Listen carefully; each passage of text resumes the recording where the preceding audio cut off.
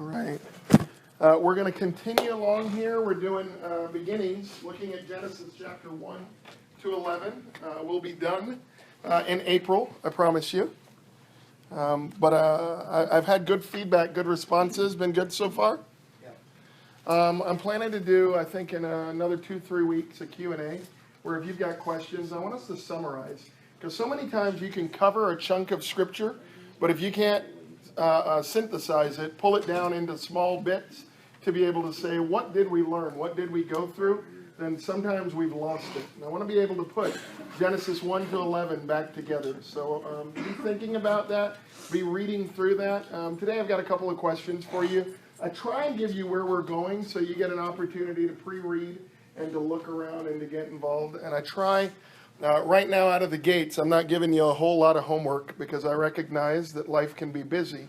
And yet I think as we grow and as we move together, there may be moments that I say, hey, could you look at this and let's come back and approach it. But I also recognize that some of you are here 1 week a month, some of you are here 2 weeks a month based on your service travels or trips or things like that. So let's review. 2 weeks ago, we looked at Genesis 6, 1 to 8. We talked about what's a very difficult passage. The sons of God was translated, daughters of men translated. We heard about these Nephilim, which was transliterated. And all that means is you take the sound of the original language and you put it into English. So one of the big words that is transliterated so that we don't get into a whole lot of issue is baptism. It's another one of those. Because there's an argument that goes back and forth sometimes with people, should you be fully immersed or should you be sprinkled? And should you be immersed under running water or should you be immersed under still water? There are all of those different things. And so when the church decided to come together and to translate it, it was safer just to put baptism than to actually print the word immersion or sprinkling, and their arguments on different sides. But when we get to Nephilim, they decided we're not going to translate that, we're just going to transliterate it. And then we have the single use of the word Yadon, where God says, my spirit will not always strive with men. We ended up looking and saying that 6, 1 to 4, the sons of God most likely means fallen angels, that there's this satanic plot to corrupt the seed of the woman, which fits with the New Testament passages, where 1 Peter, 2 Peter, and Jude are going to speak about God's judgment of a specific group of angels that seem to have stepped outside of what their roles were. And so heinous was their sin that God has locked them away in a pit called Tartarus, one of the other words used for hell, that they won't ever come out.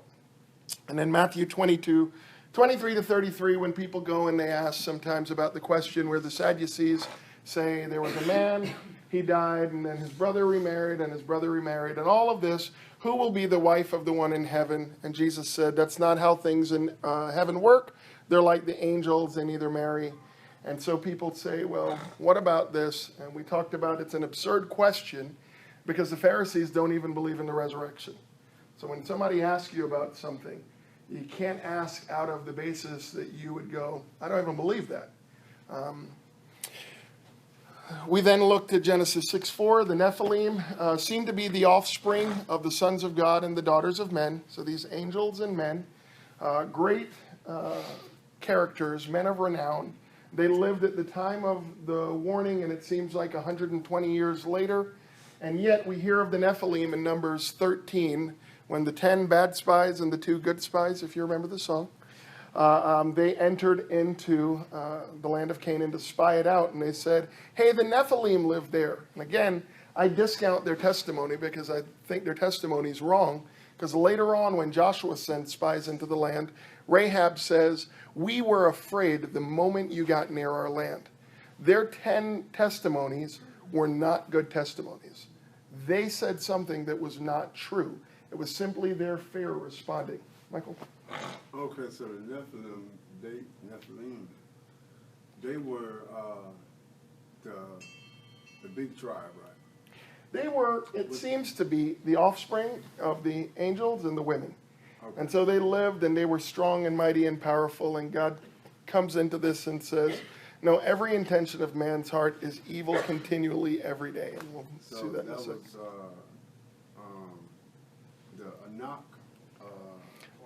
So Goliath comes from Anak. Yeah, and Okay, and so he's big. Now, we don't believe the Nephilim live on, because at the end of the flood, everybody's dead, but okay, yeah. Noah and his boys and their wives. Okay, so that's a tribe that Goliath is off of. Well, not really. So he's compared. Not them, the one you just. Yeah, Anak. Yeah.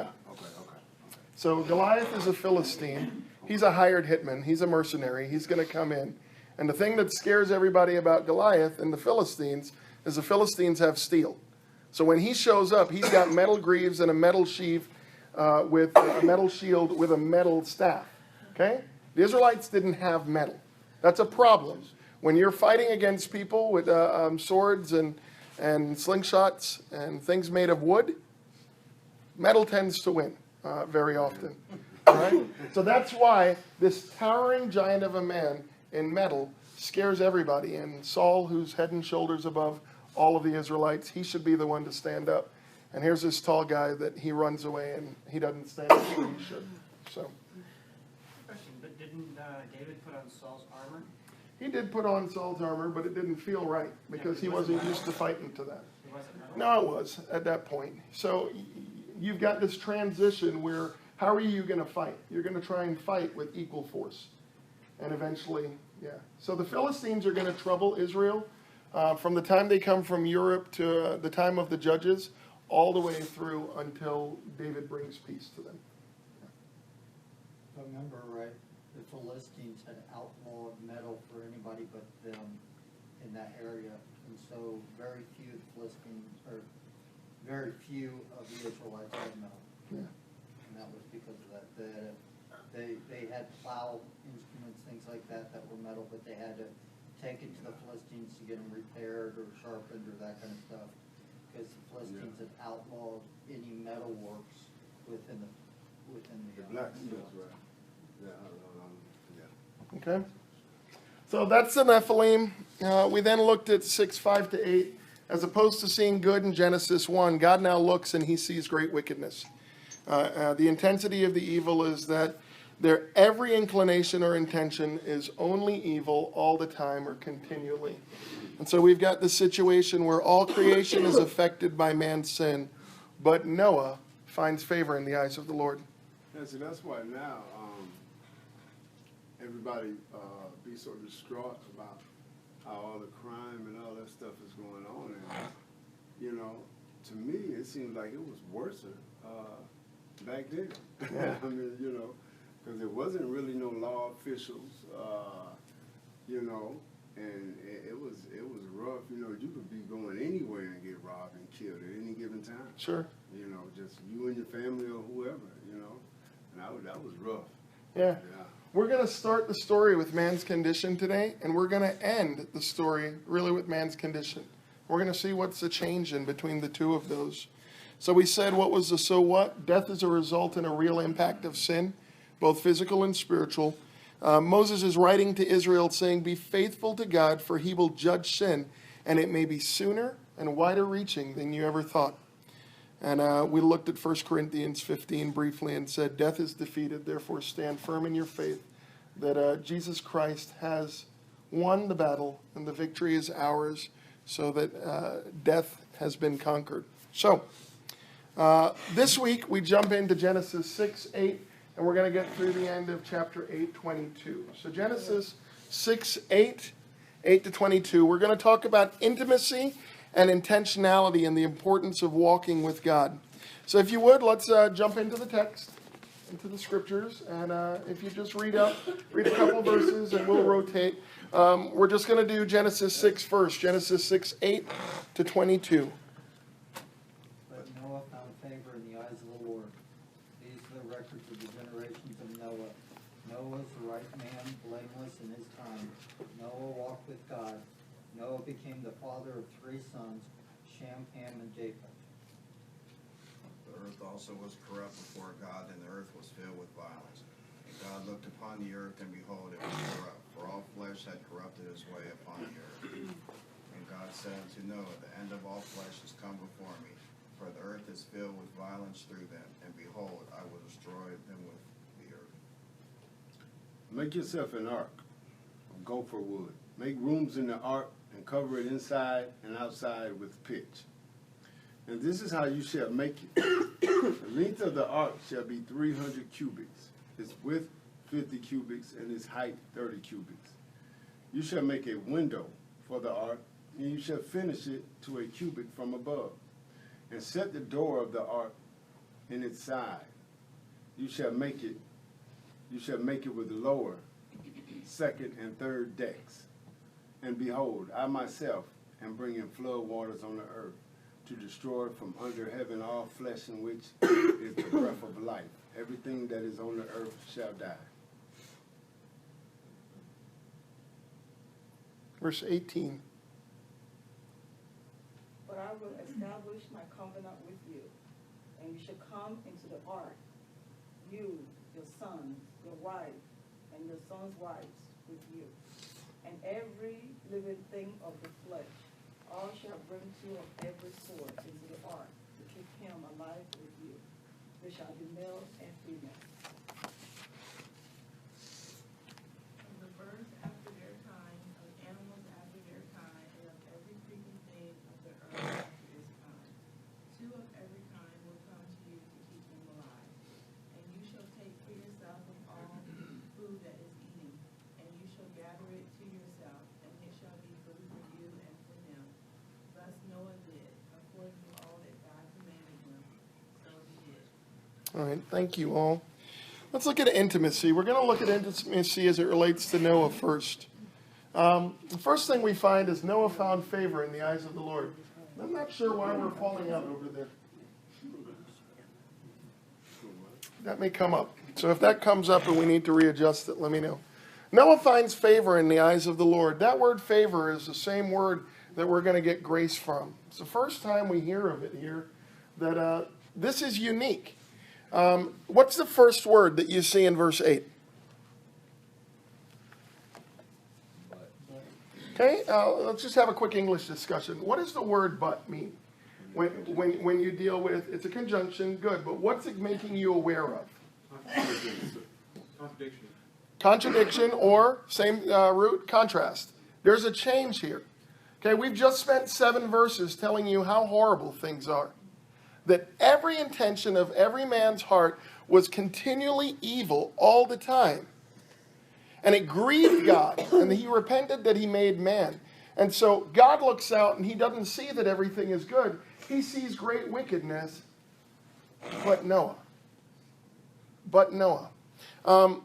Every now and then I want to come back to this. In the Hebrew, you can change the way a sentence is flowing or the focus of a story by a term that starts vayehi, and it came to pass, or it came to be.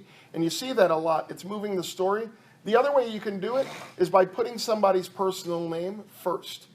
In the book of Ruth, but Ruth. And you see Ruth step up in a different way. Here we've got but Noah.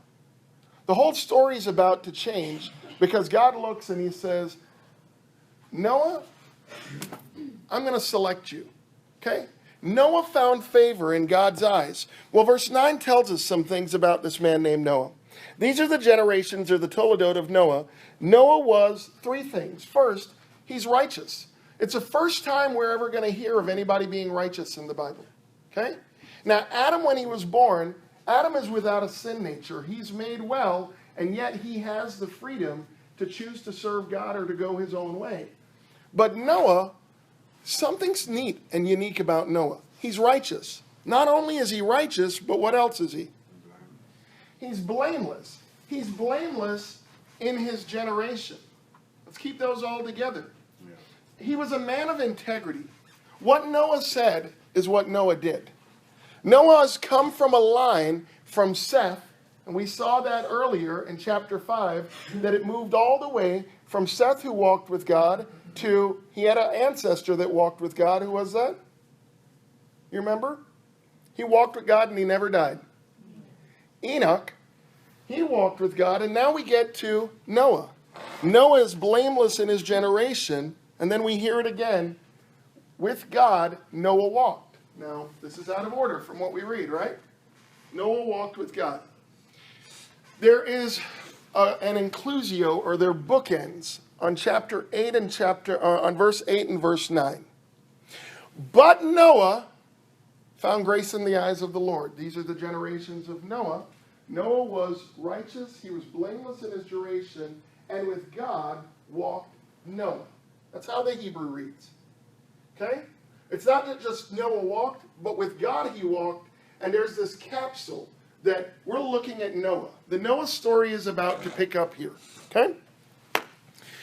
Well, let's talk about intimacy, what we've seen in the Bible so far. I'm going to ask somebody to, let's walk through Old Text. Genesis 5:8. Can someone read that, please?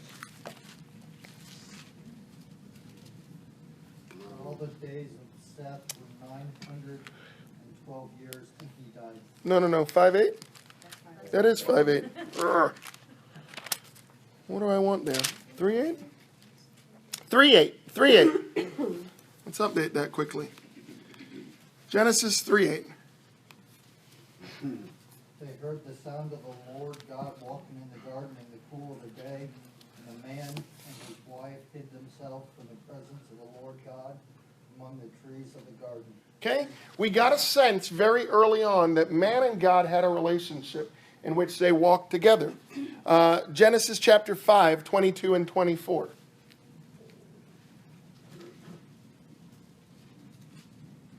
After he begot Methuselah, Enoch walked with God 300 years and had sons and daughters.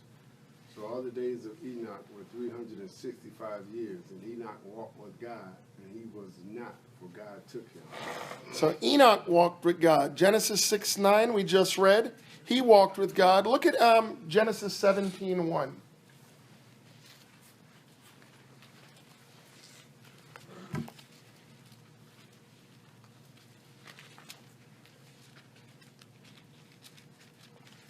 Now when Abram was 99 years old, the Lord appeared to Abram and said to him, I am God Almighty. Walk before me and be blameless. Okay, God's going to call Abram. We're going to find out later in the Bible, you hear the story of Joshua coming before the people. And we know the quote, as for me and my house, we will. Serve the Lord. Okay, prior to that, he says, though, choose you this day who you'll serve. Whether you're going to be like your fathers on the other side of the river that served other gods. Abram was a pagan when God calls him. And yet he trusts God, and he places his faith in him, and God accounts it to him for righteousness. So God is going to say, Abram, walk before me, you be blameless as well. And then I want to touch on this, and we'll come back to this, and this will really be homework for us for the week. Psalm 101. Psalm 101.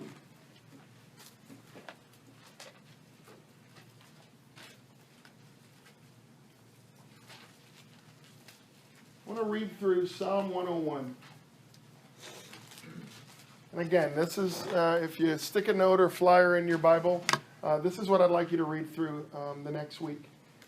Because this is where our so what is going to come down to. All right, Psalm 101. When you've got it, we'll start reading the same way. Everybody can pipe in here. Love and justice to you, O Lord, I will sing praise. I will be careful to lead a blameless life. When will you come to me? I will walk in my house with blameless heart. I will set before my eyes no vile thing. The deeds of faithless men I hate, they will not cling to me. A froward heart shall depart from me. I will not know a wicked person. Whoso privily slandereth his neighbor, him will I cut off. Him that hath an high look and a proud heart will not I suffer. Mine eyes shall be upon the faithful of the land, that they may dwell with me. He hath walketh in a perfect way, he shall serve me. He who works deceit shall not dwell within my house. He who tells lies shall not continue in my presence. Early I will destroy all the wicked of the land, that I may cut off all the evildoers from the city of the Lord. All right? I'm going to read it one more time. Now you've heard it once. I'll read it a second one. Like I said, I want us to camp out here this week. A Psalm of David. I will sing of steadfast love and justice to you, O Lord. I will make music. I will ponder the way that is blameless. Oh, when will you come to me? I will walk with integrity of heart within my house. I will not set before my eyes anything that is worthless. I hate the work of those who fall away. It shall not cling to me. A perverse heart shall be far from me. I will know nothing of evil. Whoever slanders his neighbor secretly, I will destroy. Whoever has a haughty look and an arrogant heart, I will not endure. I will look with favor on the faithful in the land, that they may dwell with me. He who walks in the way that is blameless shall minister to me. No one who practices deceit shall dwell in my house. No one who utters lies shall continue before my eyes. Morning by morning I will destroy all the wicked in the land, cutting off all the evildoers from the city of the Lord. Okay? I don't want to say much there, but I'm putting a plant. Why is intimacy important? What's the reason for all of this call? If I'm going to say Adam and Eve had an intimate relationship, Enoch did, Noah did, Abraham calls God to one, David is saying we need to lead one. What's the basis for having an intimate relationship? You come closer. Okay? You're closer with each other. And I'm not just talking us horizontally. I'm not talking the relationship is with God. Yeah, Good. you talking about with God. Right? Yeah? Yeah, we draw closer. He's already close to us. We draw closer to him, and we are one together. Good. Yeah. Good. Hey, sir, there's one thing I wanted to mention.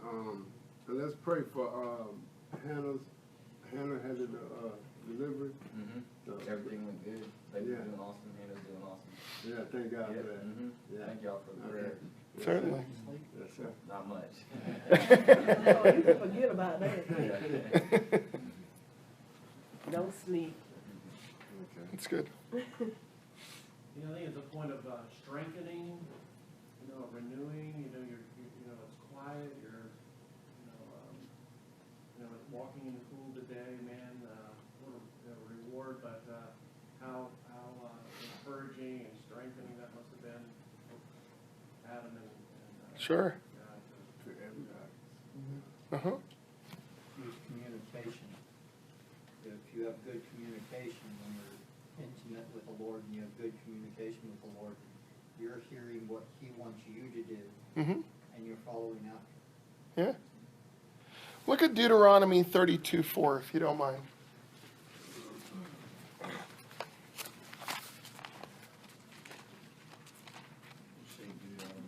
Deuteronomy 32:4. We'll wait until everybody gets there. Deuteronomy 32:4.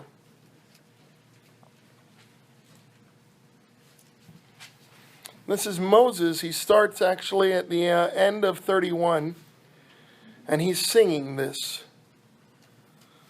So Deuteronomy 32, we'll just do verse 4. Go ahead, whoever's got it. He is the rock, his work is perfect, for all his ways are justice, a God of truth and without injustice, righteous and upright is he. Somebody else read that too, please. 32:4.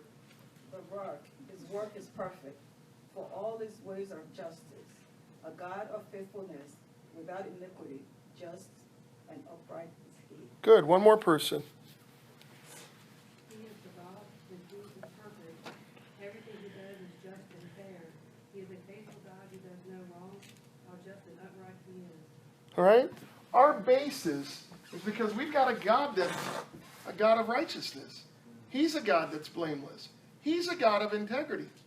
Remember, this whole argument of creation starts at Genesis 1. It's very tough for the atheist to ever make an argument of why you should be caring to anybody. Because unless there's a standard, why would you? If there is no God, then really ultimately the end of that is I'm God and I get to choose what I want to be. Because if there is no standard for integrity and righteousness, then where does that come from that's hardwired in our core? That we can tell when somebody is living rightly versus someone living in a wrong way. And so the call for intimacy is going to be based on God being righteous. So we'll come back to Genesis in a second. But let me ask you a question. How's the term intimacy changed nowadays? When you think of intimacy or you hear people talk about intimacy, what normally springs to mind? Sex. Okay? You hear things like, have you been intimate together? Well, yeah, we just walked down the road and talked. That's not what you meant. All right? How's intimacy changed? Because I think guys and ladies, we sometimes see or think of intimacy in different ways. And that's not a broad stroke, because there are some guys that think equally to the ladies, and there's some ladies that think equally to the guys. But what does intimacy mean as you think about it? It's a deeper knowledge of someone else Okay, than the general knowledge that people have. good, good. Closeness with someone. Okay, good. Willingness to be open and vulnerable. Yeah, good. What else?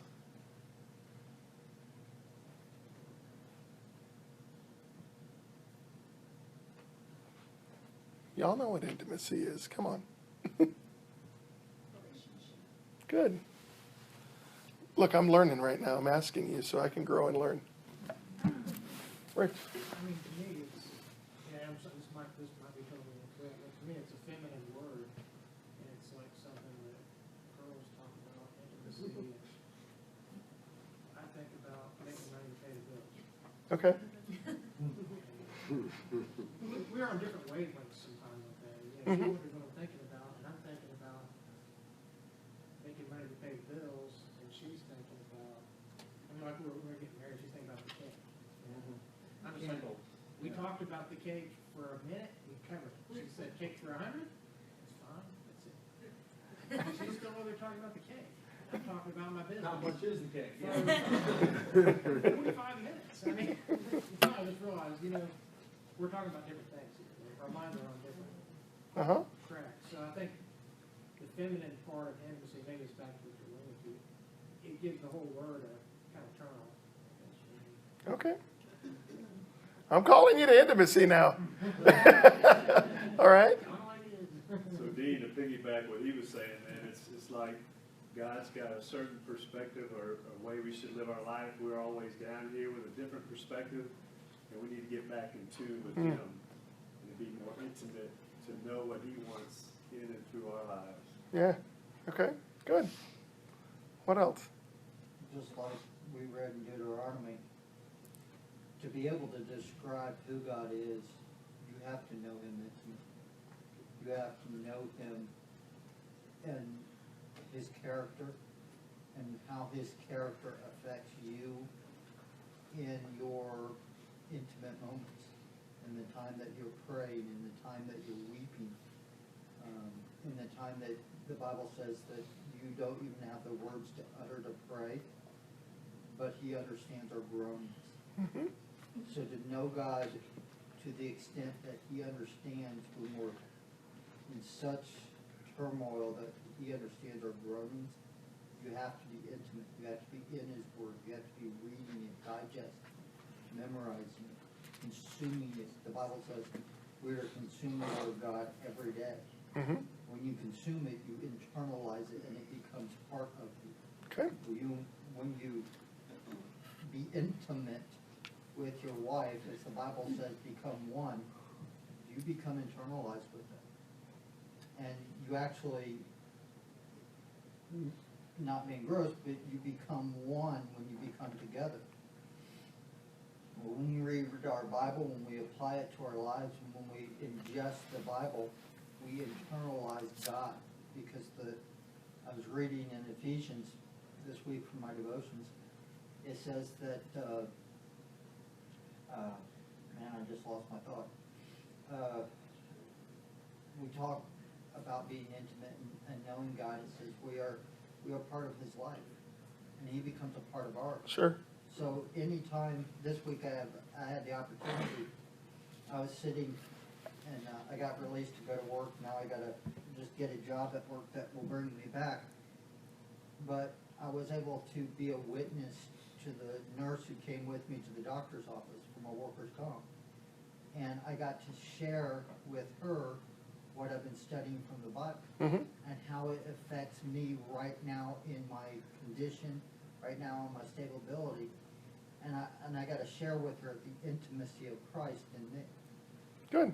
And she said, wow, I met a lot of Christians over the years, but nobody who knows Him like you do. you know him like he's a friend. And I said, more Father. Yeah. And it's to know, like I know my dad, I can describe my dad right now to you, and you'd be like, yeah, that's his son, yeah.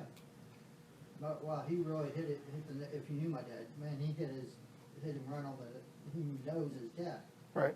Well, that's how we're to know in intimacy like a family member.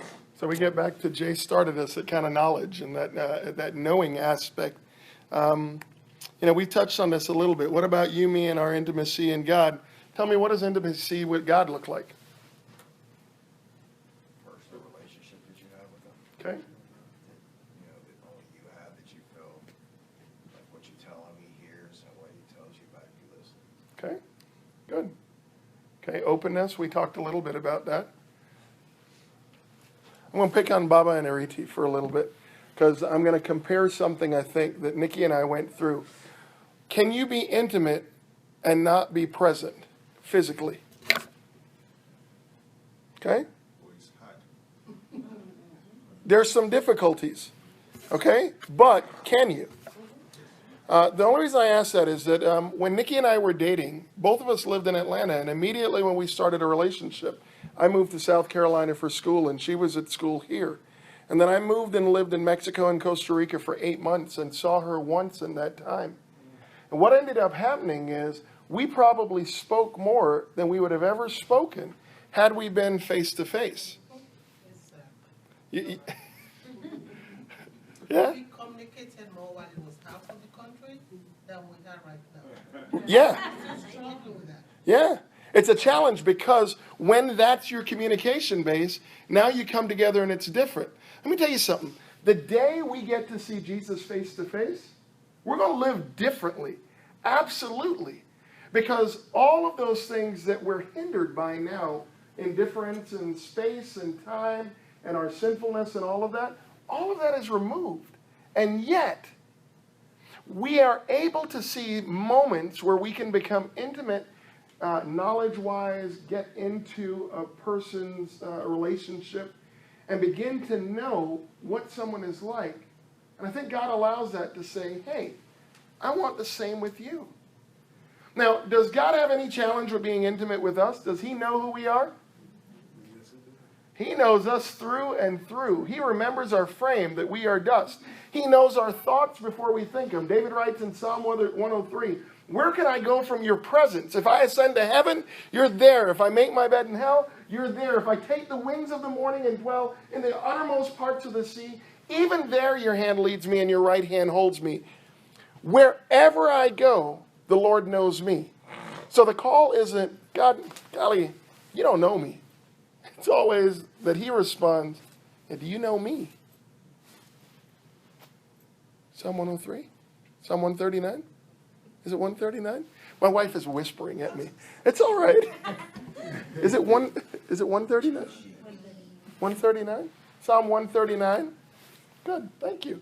Jump in. I'm flawed. I got it. So keep helping me. The first question would be physical versus spiritual, right? No, I don't. Has it changed? How's it changed? I don't know. I think that the enemy would love us to focus just on the physical aspect of intimacy. Why? Because then immediately you go, I can't see Jesus. How do you serve a God that you can't see? Why are you talking about intimacy? If I cheapen intimacy to something that is only physical, then I remove a complete aspect of what I can be with God. Look for what the enemy is always trying to do. How he that should defend God's glory is always going to attack it and try and act at it. And what does intimacy with God and me look like? What does intimacy look like for us? Well, it's not like people, because, first thing that comes to mind is God specifically says he intentionally hides things from us. Mm-hmm. He says it's the glory of kings to reveal the matter, the glory of God concealed. Yep. And for us, for me to have something major going on and not tell her, that does not seem like intimacy or getting married or anything. Yeah. I'm not doing that. So it's different. That's good. Yeah. So he's all-knowing. We're not. So let's come back to the story, okay? That's the intimacy aspect. Let's talk about the ark. Go back to Genesis chapter 6. Is the ark a boat? Does the ark, did you hear the ark described as having a rudder? Does the ark have sails on which it should sail? Therefore, let me ask you, what is the purpose of the ark? It's to float, okay? That's the job of the ark. It's to float and preserve the lives that God would protect from the flood, okay? So we figured out the ark is pretty big. It's 450 feet long.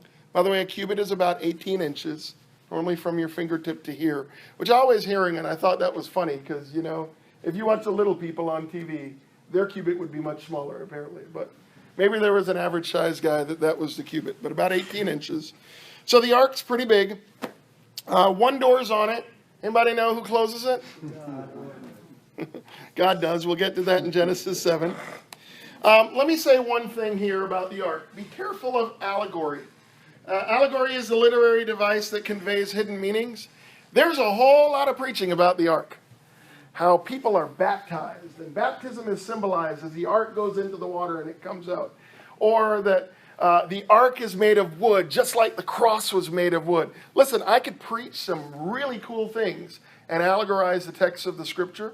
I want you to be aware of it and be concerned when you see it.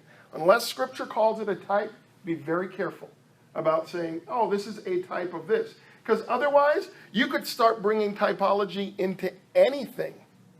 All right? And we can start to miss really what's the flow of the text and what is the scripture trying to convey by trying to find, well, there's some secret hidden meaning here that Moses is giving to the children of Israel that's going to come out later. I don't need the ark to tell you about the cross. I don't need the ark to tell you about baptism. But I do need the ark to tell you about something that's going on here. So let's see. Let's continue on reading. Let's start at Genesis 6:22, and then we're going to go all the way through the end of chapter 7. Okay? For time's sake, I'll read and let's move here. Noah did this, and he did all that God commanded him. Then the Lord said to Noah, go into the ark, you and all your household, for I have seen that you were righteous before me in this generation. Take with you 7 pairs of all clean animals, the male and his mate, and a pair of animals that are not clean, the male and his mate, and 7 pairs of the birds of the heavens also, male and female, to keep their offspring alive on the face of all the earth. For in 7 days I will send rain on the earth, 40 days and 40 nights. And every living thing that I have made I will blot out from the face of the ground. And Noah did all that the Lord had commanded him. Verse 6. Noah was 600 years old when the flood of waters came upon the earth. And Noah and his sons and his wife and his sons' wives with him went into the ark to escape the waters of the flood. Of clean animals and of animals that are not clean, and of birds and of everything that creeps on the ground, 2 and 2, male and female, went into the ark with Noah, as God had commanded Noah. And after 7 days the waters of the flood came upon the earth. In the 600th year of Noah's life, in the 2nd month, on the 17th day of the month, on the day all the fountains of the great deep burst forth, and the windows of heaven were opened, and rain fell upon the earth 40 days and 40 nights. On the very same day, Noah and his sons, Shem, Ham, and Japheth, and Noah's wife, and the 3 wives of his sons, with them entered the ark. They and every beast according to its kind, all the livestock according to their kinds, and every creeping thing that creeps on the earth according to its kind, and every bird according to its kind, every winged creature. They went into the ark with Noah, 2 and 2 of all flesh, in which there was a breath of life. And those that entered, male and female, of all flesh, went in as God had commanded him, and the Lord shut him in. Verse 17. The flood continued 40 days on the earth, and the waters increased and bore up the ark, and it rose high above the earth. And the waters prevailed and increased greatly on the earth, and the ark floated on the face of the waters. And the waters prevailed so mightily on the earth that all the high mountains under the whole heaven were covered. The waters prevailed above the mountains, covering them 15 cubits deep. And all flesh died that moved on the earth, birds, livestock, beasts, all swarming creatures that swarm on the earth, and all mankind. Everything on the dry land in whose nostrils was the breath of life died. He blotted out every living thing that was on the face of the ground, man and animals and creeping things and birds of the heavens. They were blotted out from the earth. Only Noah was left, and those who were with him in the ark, and the waters prevailed on the earth 150 days. Let's transition. We talk about intimacy. Let's look at intentionality. First off, we find Noah was obedient. Chapter 6, verse 22 says, "And Noah did all that God commanded him to do." We get this again in Genesis 7:5. What does 7:5 say? And Noah did according to all that the Lord commanded him. Okay, how long did it take Noah to do what he was doing? Anybody know? Look at Genesis 5:32.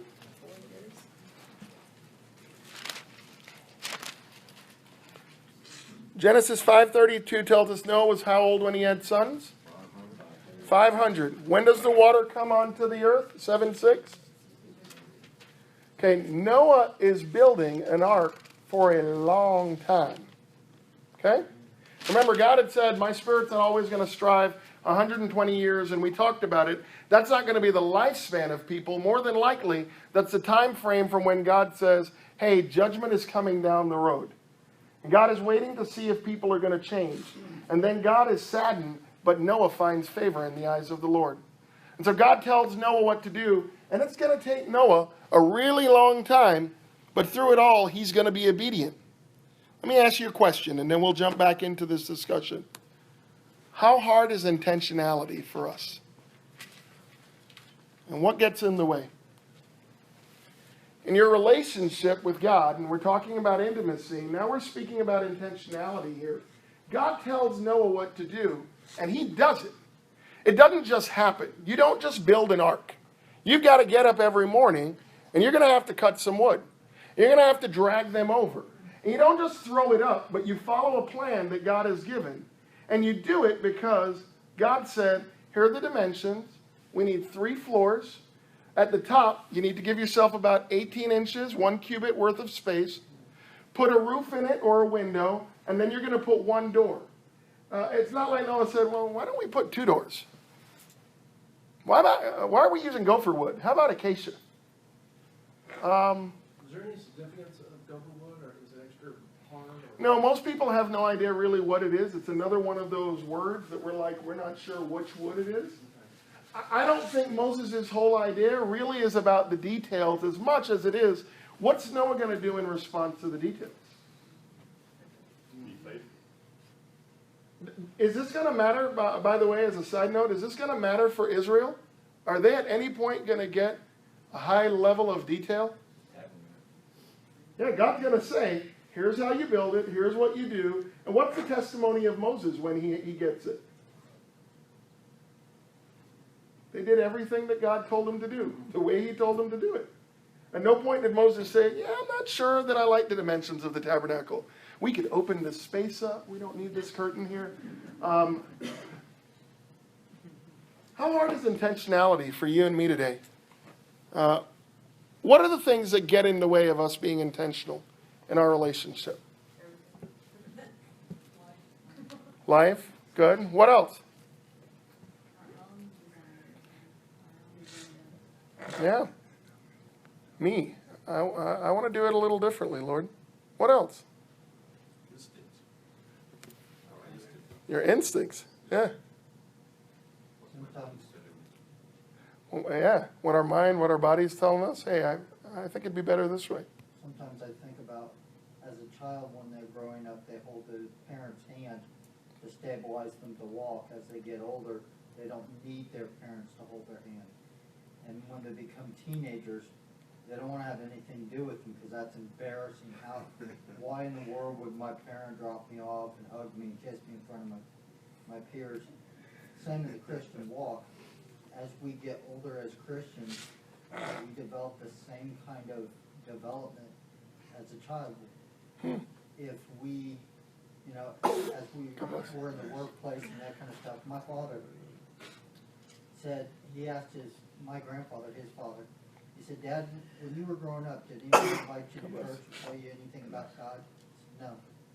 He said, what about when you were in the military? My grandfather went to World War II.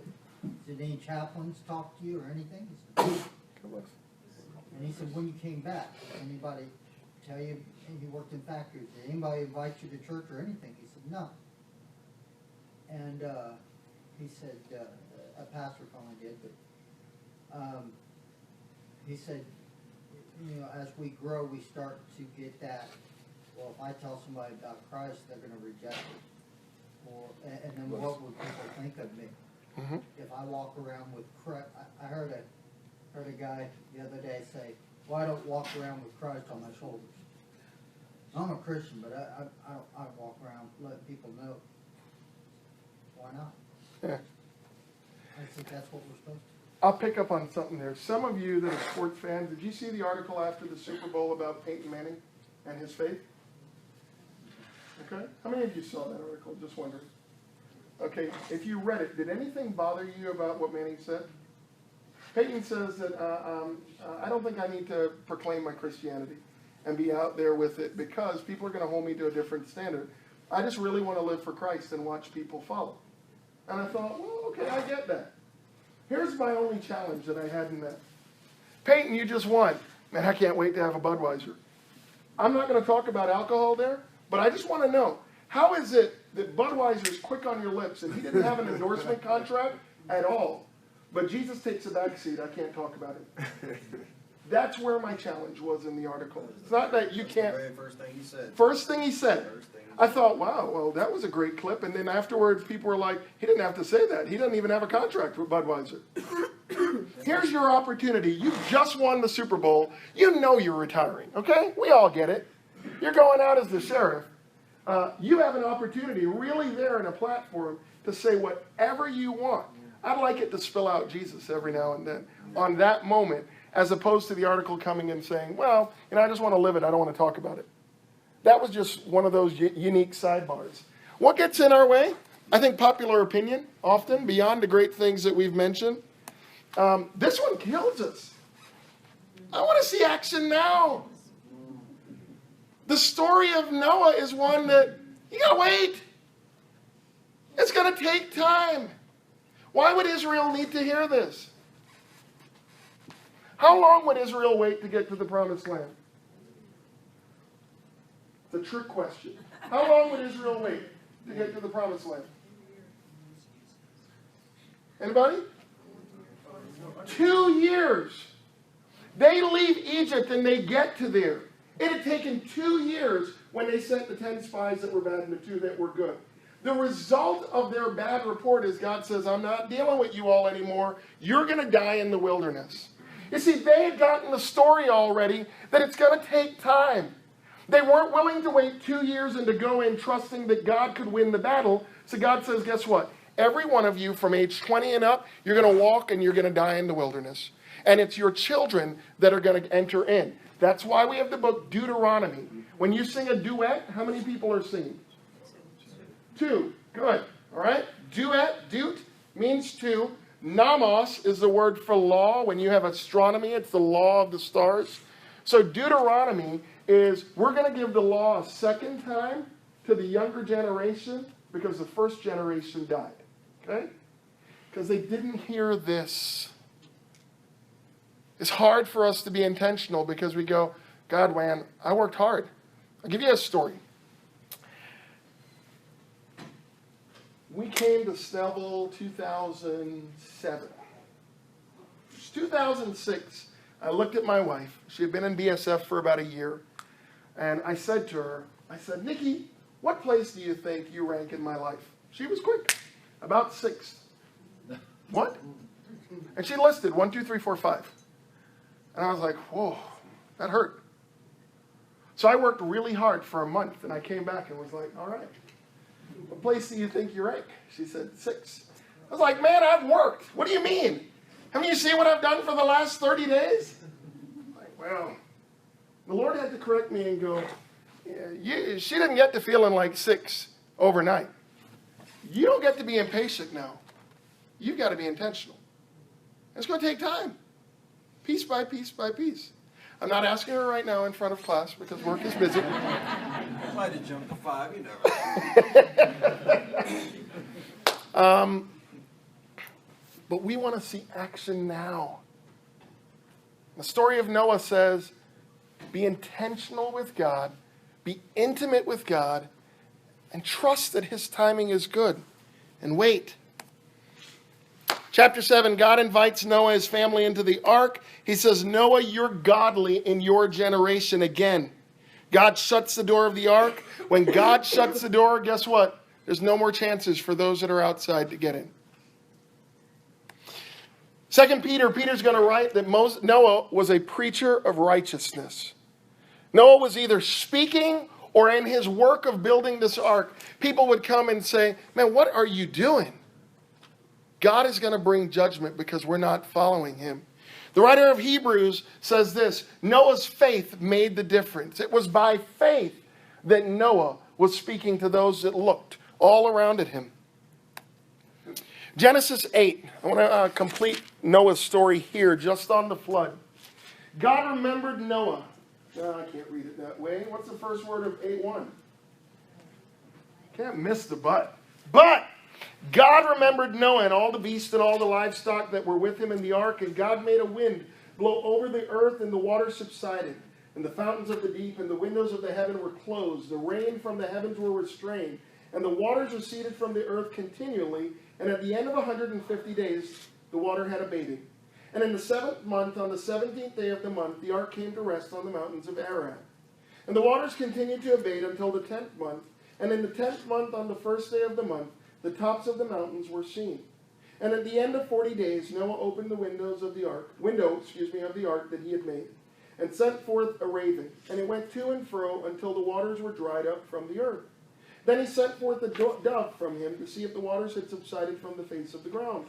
But the dove found no place to set her foot, and she returned to him to the ark, for the waters were still on the face of the whole earth.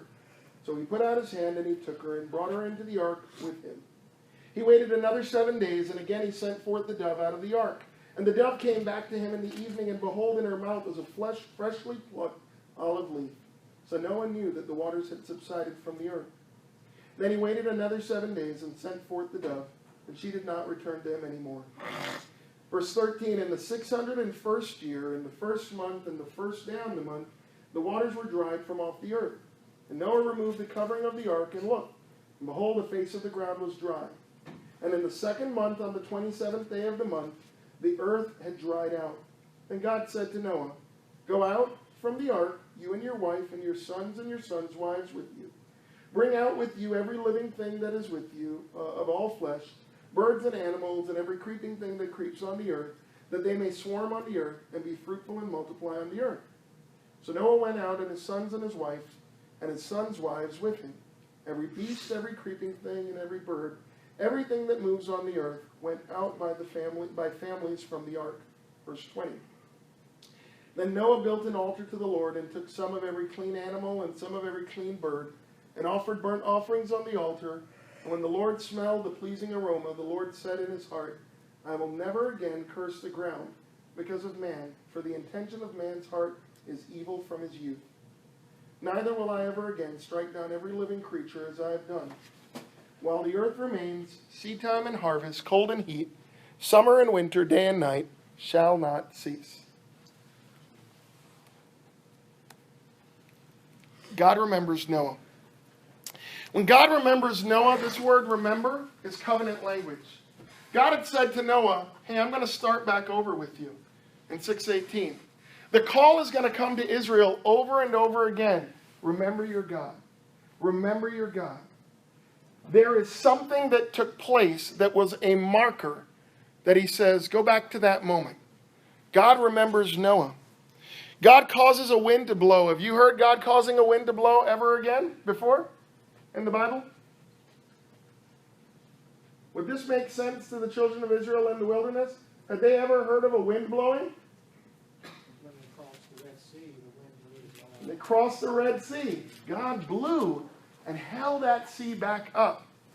God is a creative God. You used to have a prophet that says he's so creative, he won't do the same thing the same way each time. I'm going to give this to you. This is kind of fun, the intentionality of the timing. There's 7 days of waiting, then 7 days of waiting, then there's 40 days of flood, and there's 150 days where the water is coming.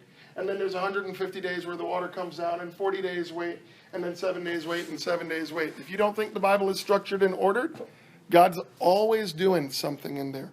I'll show you one more of those in a sec as well. God invites Noah out of the ark onto dry land. Noah worships God, and I love this quote I read. He who built an ark now builds an altar. He's going to sacrifice clean animals and clean birds, which will make sense to Moses, because he's going to instruct them eventually. By the way, did Noah go fishing when he was on the ark? Why? He only had 2 worms. Sorry. Okay. We've already dealt with Cain. Cain's aroma, his sacrifice, wasn't pleasing to God. Noah sacrifices to God, and it's a pleasing aroma to God. God declares, this last part I think is neat. When you get to 8:22, the waters ended, and we get repeat of things starting again. We hear creation language in 8:22. Everything on the while the earth remains, seedtime and harvest, cold and heat, summer and winter, day and night shall not cease. God declares that life on earth will have regular seasonality. Well, why is that important? We started out with man's heart is continually evil. So I'm going to clean the earth. God makes a statement. Now, some will make the argument, and it's a bad argument, that apparently the flood didn't work, because maybe the flood was to wipe everybody out and to start afresh, but didn't everybody keep sinning afterward? Now, he says, even though man's heart is evil continually, my goodness continues while the earth remains. Will this earth exist forever? There's coming a time where Jesus will come and he will rule. And it's amazing. Nikki was sharing this with me. They're doing it in BSF in Revelation right now. If you believe in the millennium, that Jesus rules for 1,000 years, and Satan's locked away, and he's released. And people, after having lived under the rule of Jesus Christ, when Satan is released, there's still people that go and follow Satan. Because our hearts are wicked and evil from the start. As sweet as the new babies are in our class, we don't teach them how to cry when they want something. And there's some of those moments that's their expression. But they learn pretty quickly over time. If I cry, I can get my way. Yeah, we're going through that now. It's like, ah! I'm like, okay, we're not going to do this. Let's go to sleep, please. A cute little sinner. Yeah, so we're back and forth all day. Ah, and I'm holding it all day. I'm like, oh, Lord, I'm so tired. Please help me, Father. Yeah, but she'll sleep as long as I hold her. As soon as she just, and as soon as she hits the bed, she's like, ah! I'm like, where did you just sleep? Snoring. What happened? Yeah? Yeah. Very quickly. I did like this quote from Matthews. There is no place for Mother Earth in biblical ideology. Earth owes its powers, not her powers, to the divine command. God is the one that says summer and winter. I was greeted by somebody at the door that said, Happy Global Warming Day. I guess it's kind of cold today. That was the joke in the comment. I'm not too worried about that. I recognize there are things we can do to do better in honor of what God's done here, but I'm not worried about the ground failing and not working. God set that up, and what he sets up tends to work really, really well. Okay? I'm going to send you this. I'm not going to go over this, but I thought this was good too. You'll see Noah's righteousness versus the God resolves to destroy the corrupt race, but then he says he's not going to destroy humankind. Noah builds an ark, then Noah builds an altar, and the ultimate middle portion of that is God remembers Noah. So, I'm wrapping. Why would Moses speak of intimacy and intentionality? Where were the children of Israel headed? To a very pagan land. A very pagan land. And what would be required of them? To give up their sons and daughters for sacrifice. No. I mean, what would God require of them? Not the pagans. Patience. Yeah. What else? Obedience. What about you and me? I don't like pulling verses that are outside, but I think contextually it fits. Micah 6:8. He has told you, O man, what is good. And what does the Lord require of you but to do justice, to love kindness, and to walk humbly with your God? So what? Here's our challenge. Practice intimacy in your walk with God by being intentional in your obedience to Him. Practice intimacy in your walk with God by being intentional in your obedience to Him. It will take time. It will go against society. But in the end, it will be worth it. Okay? The story of Noah is so much more than an ark and where it landed and how did we get all these animals on there. We get into that and people are moving the conversation.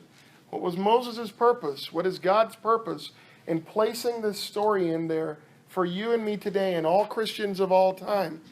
That we're consistent in our intimacy, walking with God. And He understands. The Lord is not one that He runs ahead of us and He says, come on, catch up with me. He's moving. And the fact that I've got a God that is omnipresent means that as I walk with Him, He's always there. And when I stumble, He can pick me up and He'll wait. But He wants me to be intentional in the choices and the lifestyle that I live.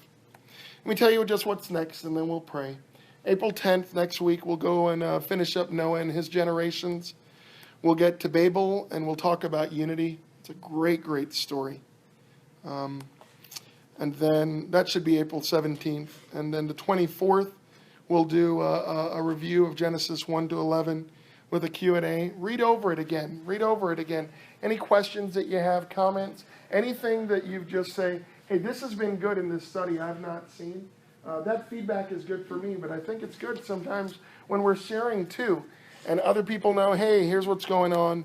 And then we're going to take a jump break and go look at Stephen's testimony in Acts, because I know some of you are looking forward to the New Testament. So we'll touch on the New Testament there for a little bit. Any questions, any comments? Yeah, I think of Noah's story, man, when he's out there working and the ridicule and the, we call them naysayers and haters nowadays, but we're all doing our things throughout the day, and you've got all these attacks coming at you at work, and how he just kind of, I've got some marching orders here, I'm sticking to the plan, anytime he could have been like, he has a rain, flood, and the ridicule he must have gotten. Yeah. And then, man, I think of the pounding on the door, folks wanting to get in after, it's like, man, he was right. All those times I was heckling him, I'm talking about it, I don't know, I'd do anything to get in that ark, and I wonder, what that was like. Sure. To also have the word close the door, seal the door.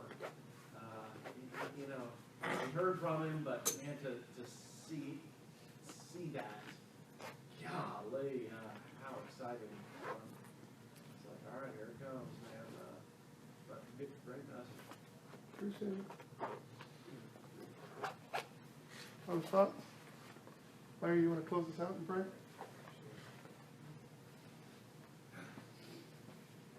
Father, how we're so thankful for your word. Lord, every Old Testament story in the Bible just points us to you and how much we can be encouraged in our faith as we read and learn more about you. What a great testimony for Noah and his intentionality for 100 years. And sometimes we have a hard time spending time with God on a daily basis for a week.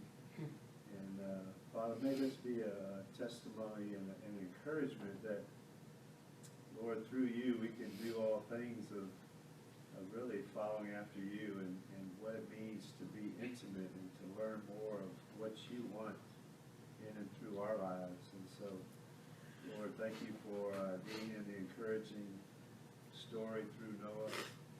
And I pray that we would think about that this week as we spend time intentionally with you that we may be intentional in every other act, whether it's with our wife, our children, co-workers, and that we would reflect the glory of the one true God. In Jesus' name we pray. Amen. Thank you all.